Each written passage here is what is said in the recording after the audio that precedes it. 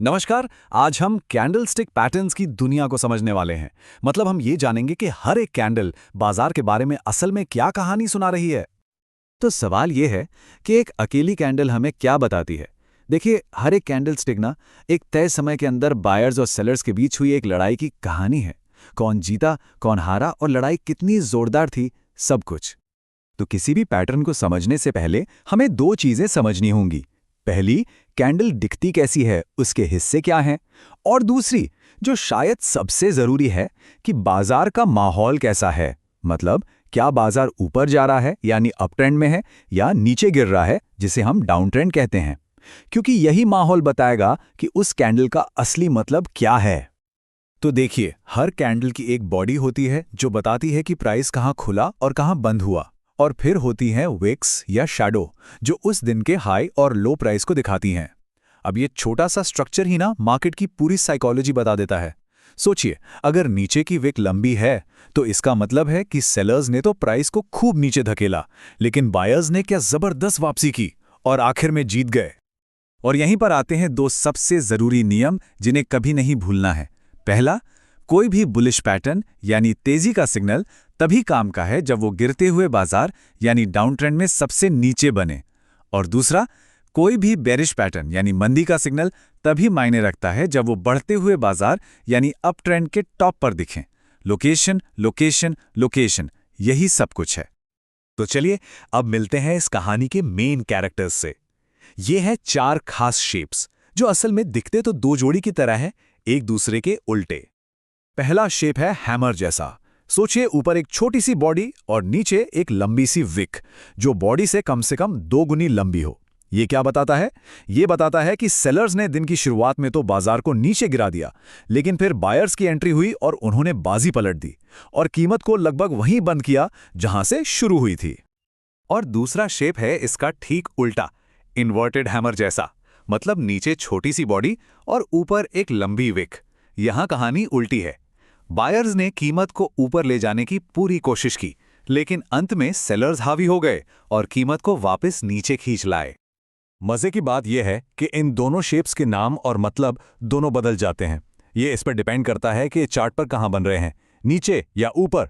और यही candlestick analysis का सबसे दिलचस्प और जरूरी कॉन्सेप्ट है। चलिए देखते हैं कैसे। तो जैसा हमने कहा, कॉन्टेक्स्ट ही किंग है। एक पैटर्न की अपनी कोई पहचान नहीं होती। उसकी पहचान इस बात से होती है कि वो किस ट्रेंड में बन रहा है। अब जरा इस टेबल को ध्यान से देखिए।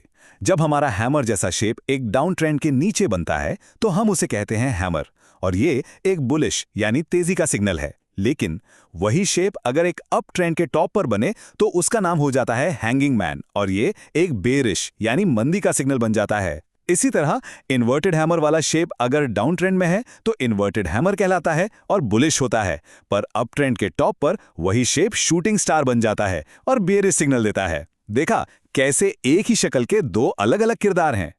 तो अब सवाल यह है कि इन दोनों बुलिश सिग्नल्स, हैमर और इन्वर्टेड हैमर में से ज्यादा मजबूत कौन है?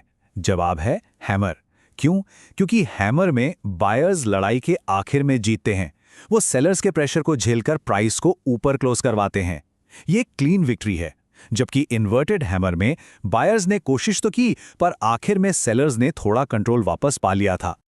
ठीक इसी तरह बेयरिश सिग्नल्स, हैंगिंग मैन और शूटिंग स्टार में से शूटिंग स्टार ज्यादा पावरफुल वार्निंग है। हैंगिंग मैन में बायर्स आखिर तक थोड़ी लड़ाई करते दिखते हैं, लेकिन शूटिंग स्टार में तो सेलर्स पूरी तरह से हावी हो जाते हैं।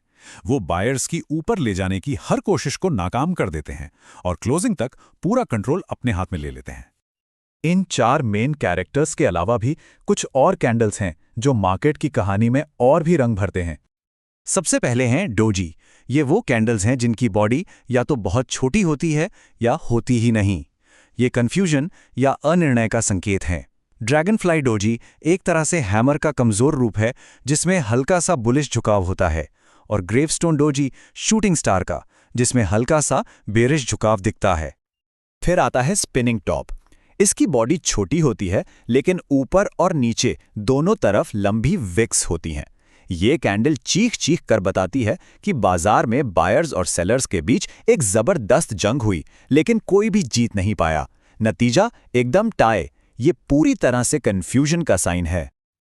और अब बात करते हैं सबसे दमदार सिंगल कैंडल की, मारुबोज़ू। ये एक लंबी बॉडी वाली कैंडल होती है जिसकी कोई विक नहीं होती, ना ऊपर ना नीचे। इसका मतलब है टोटल कंट्रोल। अगर ये ग्रीन है तो बायर्स ने ओपन से लेकर क्लोज तक बाजार को कंट्रोल किया, और अगर रेड है तो सेलर्स का पूरा दबदबा था। ये दिखाता है कि बाजार में एक तरफा कन्विक्शन है। तो ठीक है, हमने ये सब समझ लिया, लेकिन इस जानकारी को इस्तेमाल करके ट्रेड कैसे किया जाए? एक बेसिक प्लान कैसा दिख सकता है? चलिए एक सिंपल 4 स्टेप प्लान देखते हैं। पहला स्टेप, ट्रेंड के टॉप या बॉटम पर एक सही कैंडलस्टिक पैटर्न को पहचानिए। दूसरा और सबसे जरूरी स्टेप, कंफर्मेशन का इंतजार कीजिए, मतलब पैटर्न बनने के बाद अगली कैंडल के क्लोज होने का वेट करें। तीसरा स्टेप, एंट्री। अगर बुलिश सिग्नल है तो जब कंफर्मेशन कैंडल पैटर्न वाली कैंडल के हाई के ऊपर क्लोज हो तब एंटर करें। और चौथा, स्टॉप लॉस। इसे पैटर्न वाली कैंडल के लो के ठीक नीचे लगाएं।